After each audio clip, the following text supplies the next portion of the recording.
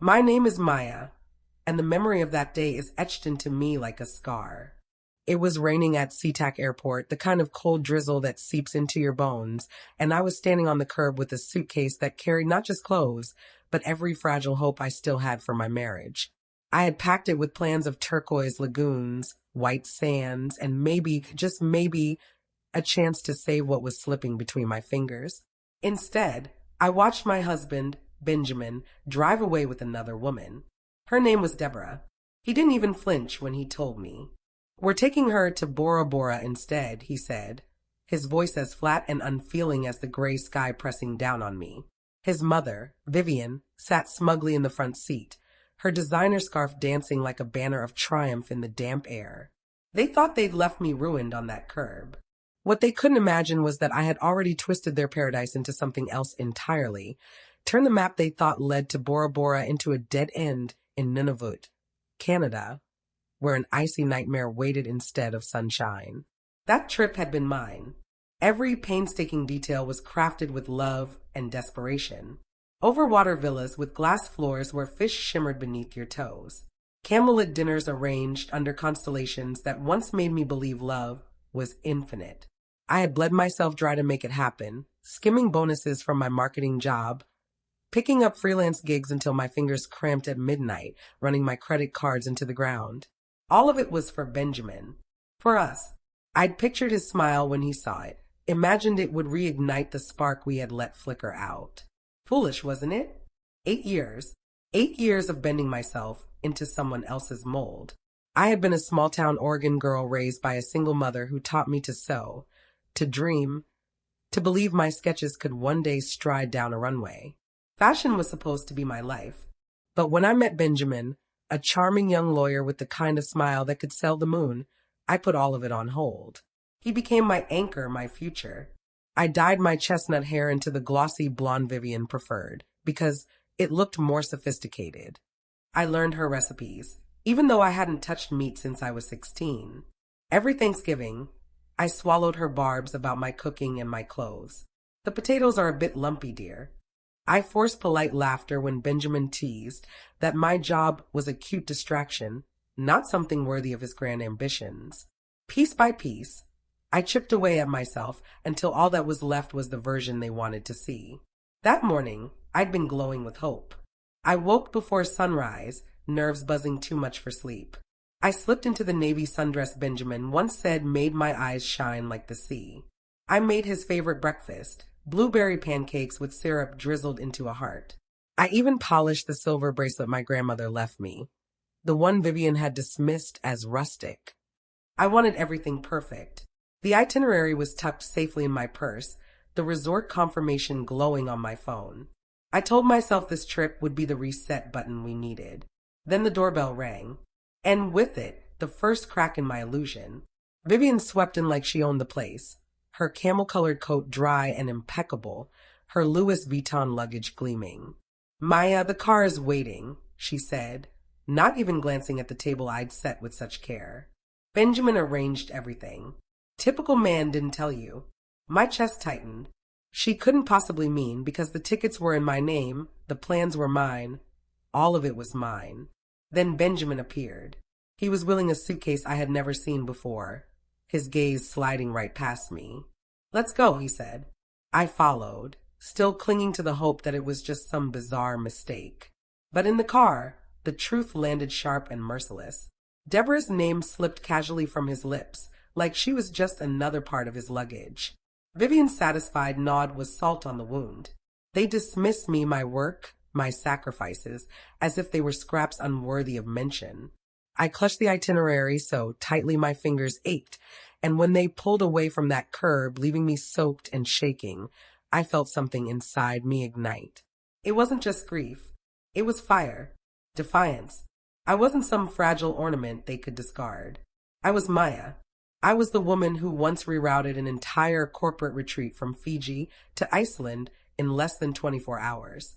I was the strategist, the fixer, the one who knew how to flip plans on their head. And they had forgotten that. As the airport noise swirled around me, I stayed rooted to the wet pavement, my suitcase suddenly useless at my side. Benjamin's words replayed in my head.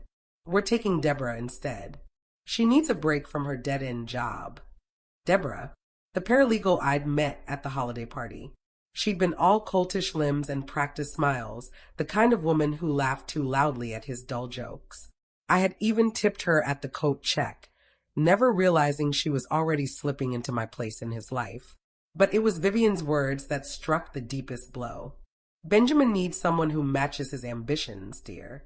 Her sunglasses caught the light as she adjusted them, like she was sealing a verdict she had written years ago. They believed they had destroyed me. They believed I would crumble. But what they didn't see, not yet, was that they had just handed me the sharpest weapon of all. Their paradise was about to turn into a prison of ice. I should have noticed. The clues weren't hidden. They were scattered in plain sight, waiting for me to piece them together. Benjamin's sudden late nights, the faint trace of jasmine on his shirts, a fragrance I never wore. The silk scarf I'd found knotted carelessly in his car, explained away as a client's. The distance in our bed, his hand no longer reaching for mine in the quiet dark. When I told my sister it was just work stress, Benjamin's promotion, the pressure, the endless deadlines, she sighed over the phone. Maya, you've been covering for him your whole marriage. Her voice was gentle, but it cut deep. I'd hung up on her, irritated, refusing to admit she might be right. But standing alone in the airport rain, watching Benjamin drive off with Deborah and his mother beaming smugly in the passenger seat, the truth hit me like a fist. Every sign I'd ignored lined up, sharp and undeniable. Vivian had been chipping away at me for years. She'd sneak into my life in ways so subtle I'd mistaken them for kindness, rearranging my apartment while I worked late, dismissing my thrifted treasures as clutter.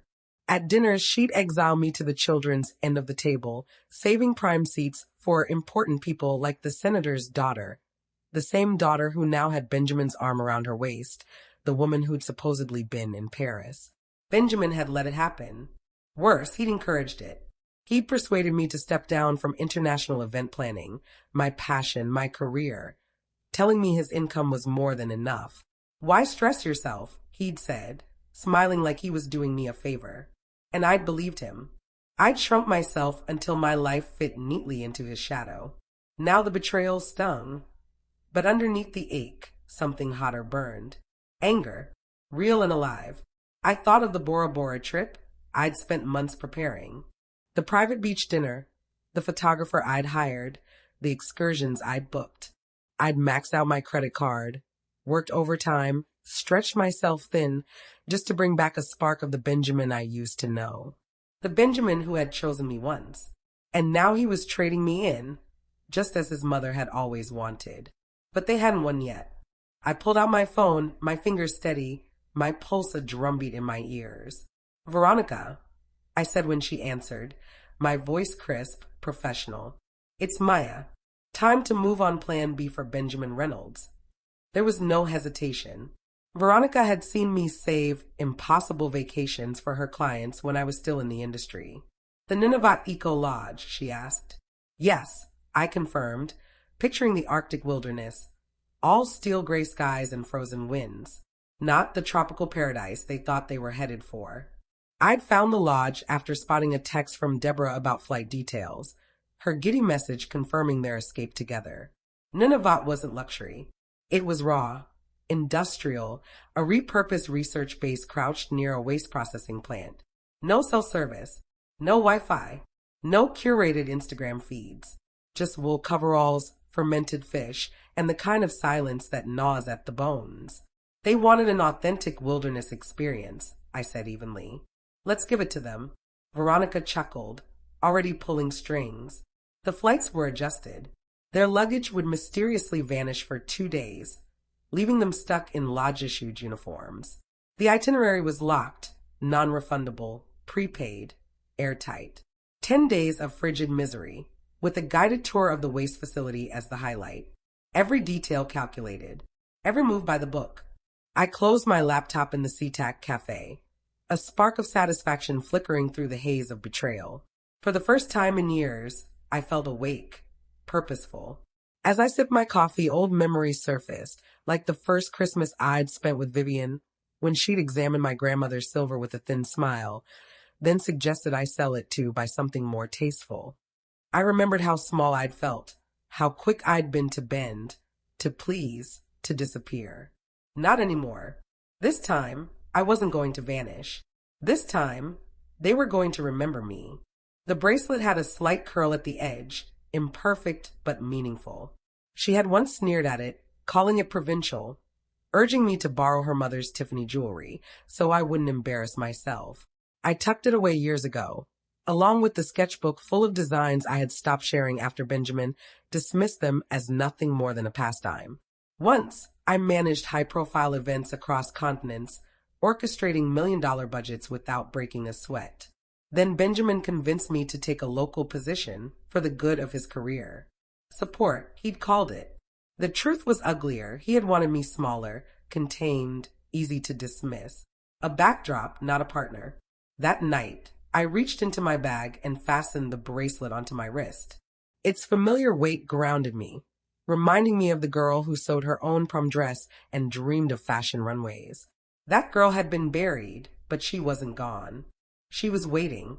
I logged into our joint account and pulled out every cent I'd earned, savings Benjamin had always labeled our emergency fund, even though he never added a single dime. Then I began searching for apartments in Tacoma. Far from Vivian's pristine, suffocating neighborhood, I found a tiny studio with a balcony overlooking the water. Modest, bright, and mine. My application went through, and my chest tightened with something I hadn't felt in years, possibility. Memories hit me in waves. Last Thanksgiving, Vivian had sat me at the children's table, leaving space beside Benjamin for DEBORAH, the so-called senator's daughter who claimed she'd just returned from Paris. Later, I learned the truth. She'd been working coat check at Benjamin's firm weeks earlier, her Paris story a fabrication Vivian eagerly swallowed. The two of them had been grooming her to replace me for months, slotting her next to Benjamin in seating charts, slowly erasing me from his side. But what they failed to grasp was that betrayal had a clarifying effect. They assumed I'd collapse. Instead, I was rebuilding. I even drafted an email, pretending to be from the BORA resort, claiming an overbooking and offering an upgrade to an Arctic lodge in Nunavut. Once they landed, I'd forward it, along with the non-refundable terms Benjamin had signed without reading. Just as I hit save, my phone buzzed. A message from Benjamin, boarding now. Lawyer will call tomorrow. Leave the keys under the mat. Cold, mechanical. No apology, no regret. I typed back, enjoy your trip. I hope it's everything you deserve. 12 hours later, my tracking app lit up. Their flight had landed in Toronto, the layover before heading further north. I could picture them clearly. Vivian clutching her designer purse, Benjamin tapping at his watch, DEBORAH staging selfies for her followers. They were still convinced BORA awaited them. I sipped wine in my bare Tacoma apartment and smiled at the thought of their faces when they stepped into a repurposed weather station instead of an overwater villa. The Nunavut Lodge was no paradise, gray concrete walls, narrow cots, and the faint odor of waste drifting from the nearby plant. Guests received wool coveralls and fermented fish as a welcome gift. I'd even paid extra for their Arctic survival package. Industrial tours, tents battered by wind, no Wi-Fi to fuel DEBORAH's curated feed. That evening, another notification. They had boarded their connection. On Instagram, DEBORAH had posted a blurry photo captioned, "Ready for Paradise #BORA bound." I laughed softly and sent Benjamin the fake resort email. Apologies for the mix-up. Enjoy your upgraded wilderness package. Terms are non-refundable. His own careless signature was attached to the fine print. Later, I unpacked the box of clothes I had taken from the house. Benjamin's stiff dress shirts, the bland dresses Vivian had pushed on me. None of them felt like mine. I lit a candle and fed one of Vivian's silk blouses to the flame, watching beige fabric curl and blacken into ash. The release felt exquisite, like peeling away a skin I'd outgrown. My old sketchbook lay nearby, full of abandoned dreams. I opened it and lingered on a jacket sketch, sharp lines, bold, alive. I snapped a photo and sent it to my sister. Her reply came instantly, "It's you. Do it." Not long after, Benjamin's frantic text arrived. Flight diverted to Iqaluit. What is this about Nunavut? Fix this, Maya. I actually laughed, a sound so foreign it startled me. Check your email. You signed for it. Enjoy the adventure, I wrote back. Vivian's voicemail followed, her voice tight with rage. This is unacceptable. Benjamin's father has connections at the State Department. You'll regret this. I deleted it without a second thought. Their threats meant nothing now. Deborah's next Instagram story sealed it. An image of a bleak concrete lodge with the caption, "This isn't Bora Bora," at Benjamin Reynolds, "What's going on?" I pictured Benjamin's clenched jaw, Vivian's outrage, Deborah's tears. Yet my real victory wasn't their suffering. It was my freedom. I slipped the bracelet on again, silver catching the lamplight, and for the first time in years I felt tall, unburdened myself. The next morning, sunlight spilled across my small apartment, sparkling off the Puget Sound. Their trip was unraveling thousands of miles away, but my life was blooming here. Notifications popped up. Another photo from Deborah, this time of a bare room labeled worst trip ever. I didn't linger. That wasn't my story anymore. An email from an old colleague, Leo, invited me to join his growing company as an international events director. The pay was twice what I'd made before, with travel across Asia and Europe. I accepted instantly, my hands shaking with excitement. Hours later, Benjamin's lawyer reached out about the divorce. I forwarded it to my own attorney, a razor-sharp woman my sister had recommended, and felt something lift from me like a heavy stone finally rolled away. That night, I cooked pasta with fresh cilantro, an herb Benjamin had despised. The flavor was bright, alive. I ate slowly at my little table with the balcony door open, savoring the salt air and the taste of freedom. Weeks later, my tracker pinged again. Their phones were back online. They had resurfaced, battered by cold and disappointment, preparing to slink home. I didn't care. I was already packing for Tokyo, my first assignment abroad. 3 new outfits of my own design hung waiting in my closet, each a declaration of the Maya I'd once buried. On the balcony, wine glass in hand, I watched the sky turn pink and gold. Colors I had once avoided for being too much now felt like a celebration. The bracelet glimmered on my wrist as I raised the glass in a private toast. Not to revenge, not to them, but to myself. They had tried to erase me. Instead, I had written myself back into existence, stronger, freer, whole. And this was only the beginning.